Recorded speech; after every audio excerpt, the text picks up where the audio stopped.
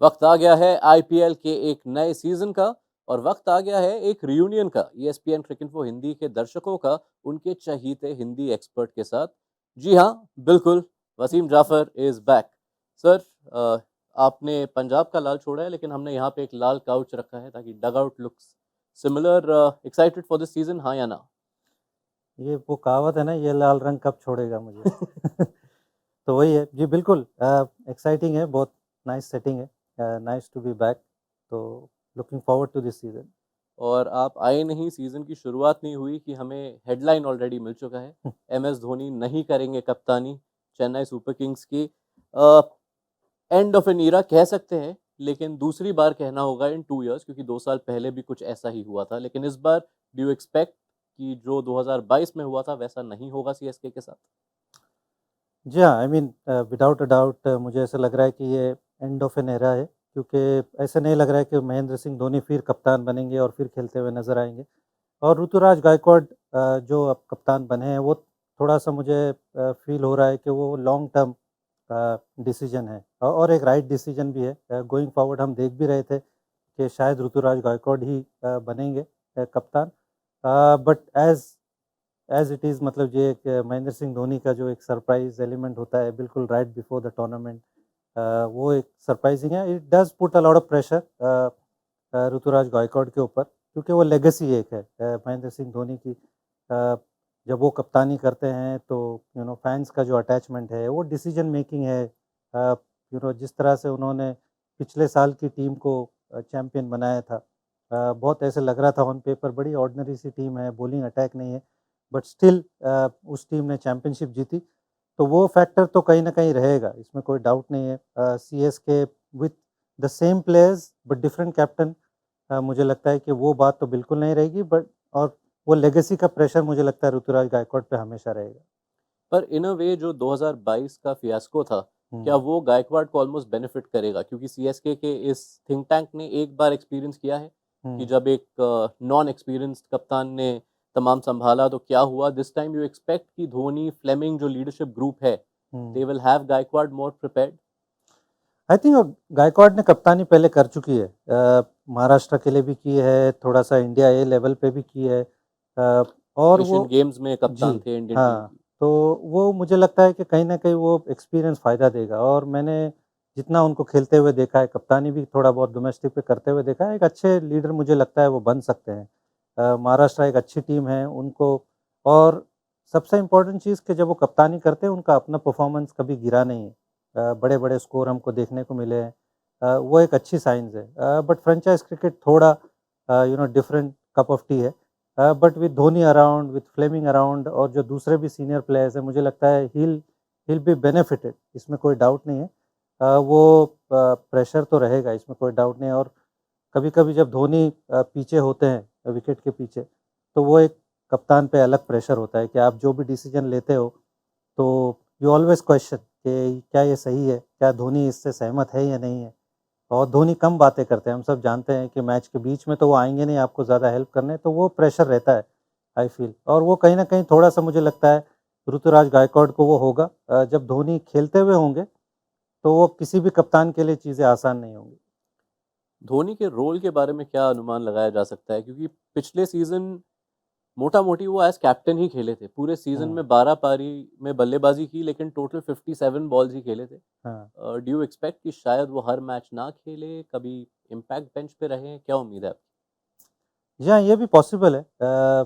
But जो उनके पास जो बैकअप कीपर, क्योंकि अब कॉनवे नहीं है, अ, एटलीस्ट थोड़ा जो शुरुआत के कुछ मैचेस है, अगर कॉनवे होते तो शायद ये लिबर्टी वो ले सकते थे कि एज़ अ इम्पैक्ट प्लेयर खेले।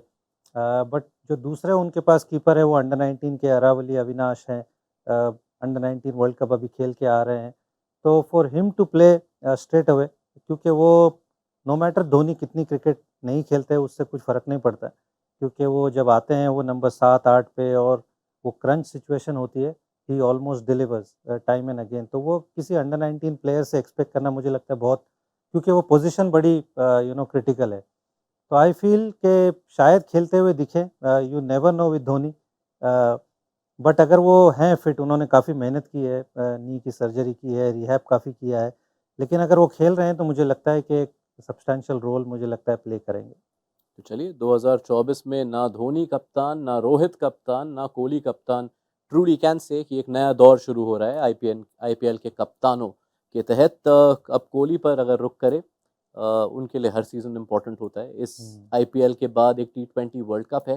किस अंदाज में आपके अनुसार हमें दिखेंगे विराट कोहली बल्लेबाज के रूप में? मुझे लगता है थोड़े से अग्रेसिव दिखाई देंगे, इसमें कोई डाउट नहीं है, क्योंकि ये क्वेश्चन मार्क थोड़ा-सा उठा है अभी। और जिस तरह से गेम आगे जा रहा है, जिस तरह से दूसरी टीमें खेल रही हैं, दूसरे प्लेयर्स खेल रहे हैं, इंडियन टीम में जिस तरह से जो प्लेयर्स आए हैं कुछ, जो सीनियर्स पे थोड़ा प्रेशर डाल रहे हैं। और इंडियन टीम ने जिस तरह से 50 ओवर वर्ल्ड कप में जो टेम्पलेट पे खेला है, आई एम श्योर उससे बेहतर टेम्पलेट सेट करना होगा, क्योंकि अगेन वो आईसीसी ट्रॉफी से हम अभी भी वंचित हैं। तो मुझे लगता है कि थोड़े आक्रामक हमको दिखाई देंगे विराट कोहली। और वो कहीं न कहीं प्रूव करने के लिए शायद हो सकता है कि वो बड़ी पारियाँ देखने को ना मिले, वो कैमियोज़ हमको देखने को मिले, वो बड़े स्ट्राइक रेट पे, और जो सिचुएशंस वो खेलते थे इससे पहले, शायद वो ना खेलते हुए वो सिर्फ़ थोड़ा-सा अग्रेसिव रोल अपनाएँ, तो शायद वो देखने को मिलेगा।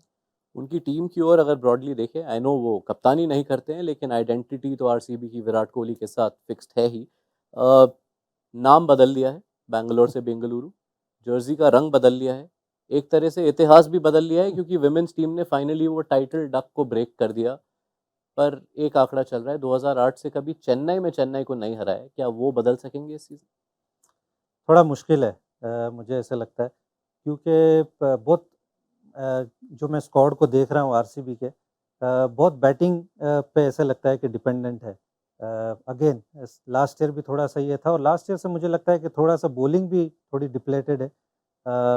स्पिन डिपार्टमेंट थोड़ा सा वीक लग रहा है। इवन डेथ बॉलिंग भी, सिराज पे बहुत कुछ डिपेंड होगा, और अल्जारी जोसेफ को लिया है जो कि इतने माने नहीं जाते हैं डेथ बॉलिंग के लिए। रीस टॉपली को, I don't know, Reece Topley और शायद अल्जारी जोसेफ और इवन लॉकी फर्ग्यूसन में से किसी एक ही को आप खिला सकते हो। तो अगेन मुझे लगता है कि वो कहीं न कहीं थोड़ा बॉलिंग पे लाइट लग रही है। और एज़ इट इज़ मुझे लगता है सीएसके थोड़ी-सी स्ट्रॉन्ग है। इवन दो अगेन हमने जो बात की है कि धोनी नहीं है, बट स्टिल ऐसा लगता है कि सीएसके थोड़ी-सी स्ट्रॉन्ग है। और ये जितने नाम लिए आपने आरसीबी के ओवरसीज पेसर्स, इंपॉर्टेंट पॉइंट कि भले ही 3-4 ओवरसीज पेसर्स हैं खेमे में, उनमें से रियलिस्टिकली एक को ही खिलाया जा सकता है, क्योंकि फैफ और मैक्सवेल तो पक्के थे हुँ, ही। कैमरन ग्रीन, वो एक बिग प्री ऑक्शन ट्रेड, हुँ। उनका खेलना तय, लेकिन उनका रोल बहुत इंपॉर्टेंट रहेगा आरसीबी के लिए, क्योंकि थोड़ी गेंदबाजी भी करनी पड़ेगी उन्हें given the lack of bowlers. शायद हो सकता है कि मैक्सवेल और उनको थोड़ी-सी वो ज़िम्मेदारी उठानी पड़ेगी। मैक्सवेल तो डेफ़िनेटली मुझे लगता है चेन्नई में करेंगे ही बॉलिंग। कैमरून ग्रीन को भी हो सकता है, इवन दो अच्छे नंबर्स नहीं हैं टी20 फॉर्मेट में, बट कैपेबल बॉलर है, 140 की स्पीड पे डालते हैं, तो you can't rule him out कि वो नहीं करेंगे बॉलिंग। बट कहाँ पे वो बैटिंग करते हैं, मुझे लगता है वो एक बड़ा सवाल है, क्योंकि पाटीदार वापस आ गए हैं, मैक्सवेल नंबर 4 पे खेलते हैं, एंड आई होप कि आरसीबी वो गलती ना करे कि उनको नंबर 5 पे खिलाए। क्योंकि Cameron Green last time Mumbai Indians के लिए ऊपर खेल के रन बनाए हैं उन्होंने, जो बनाए हैं रन, तो आई फील कि he is given that spot number 3 का। तो फिर आप किस हिसाब से सेट करेंगे इस बैटिंग ऑर्डर को? मैं एक्चुअली प्रोबेबली कैमरून ग्रीन को नंबर 3 पे खिलाऊँगा, और जैसी सिचुएशन होगी उस हिसाब से may be Patidar, may be Glenn Maxwell, but definitely Cameron Green number 3 पे खेलना चाहिए मेरे हिसाब से। चेन्नई के पास फॉर अ चेंज कॉम्बिनेशंस पर काफ़ी सवाल है। नॉर्मली वो ज़्यादा छेड़खानी नहीं करते हैं, इस बार करना पड़ेगा, क्योंकि टाइटल विनिंग टीम के दो important components at least for the start of the season उनके साथ शामिल नहीं हैं। डेविन कॉनवे शायद 1 महीने मिस करेंगे, और मतीशा पतिराना भी एटलीस्ट इनिशियली नहीं रहेंगे। Conway in a way they have a replacement, क्योंकि हुँ, रचिन रविंद्रा को उन्होंने ऑक्शन में लिया। अब सब जानते हैं कि वर्ल्ड कप के ब्रेकआउट स्टार थे रचिन रविंद्रा, हुँ। लेकिन ज़्यादा टी20 क्रिकेट उन्होंने खेली नहीं है। हाउ डू यू एक्सपेक्ट वो कितने नेचुरली ब्लेंड इन करेंगे इस सीएसके लाइनअप में? या प्लेयर तो बहुत बढ़िया है, इसमें कोई डाउट नहीं है, बट वो नंबर्स 50 ओवर में है।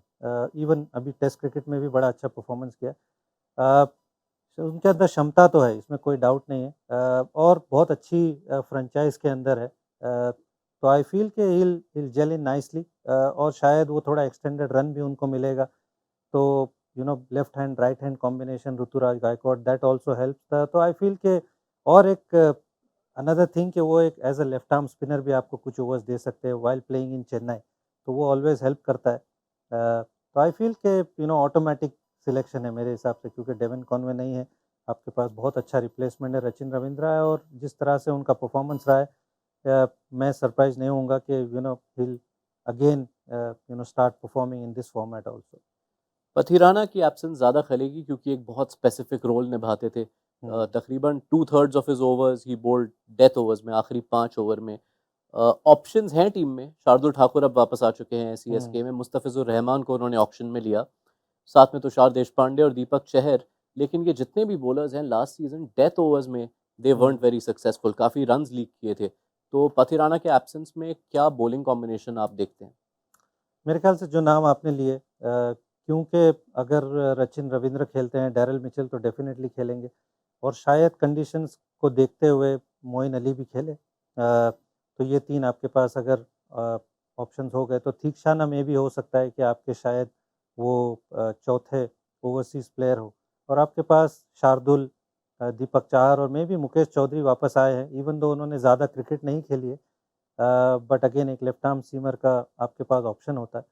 तो शायद ये 3 सीमर को मैं खेलते हुए देख रहा हूँ, मुकेश चौधरी, शार्दुल और Deepak Chahar, even though not known to death bowling में जैसे आपने बोला है, बट शायद हो सकता है कि उनके पास इसके अलावा कोई विकल्प नहीं है कि कोई और ऑप्शन लेकर चले। तो 4 ओवरसीज आप खिला रहे हैं, Rachin Ravindra, hmm, Daryl Mitchell, Moeen Ali and Theekshana. Theekshana, जी, मेरे हिसाब से। ओके।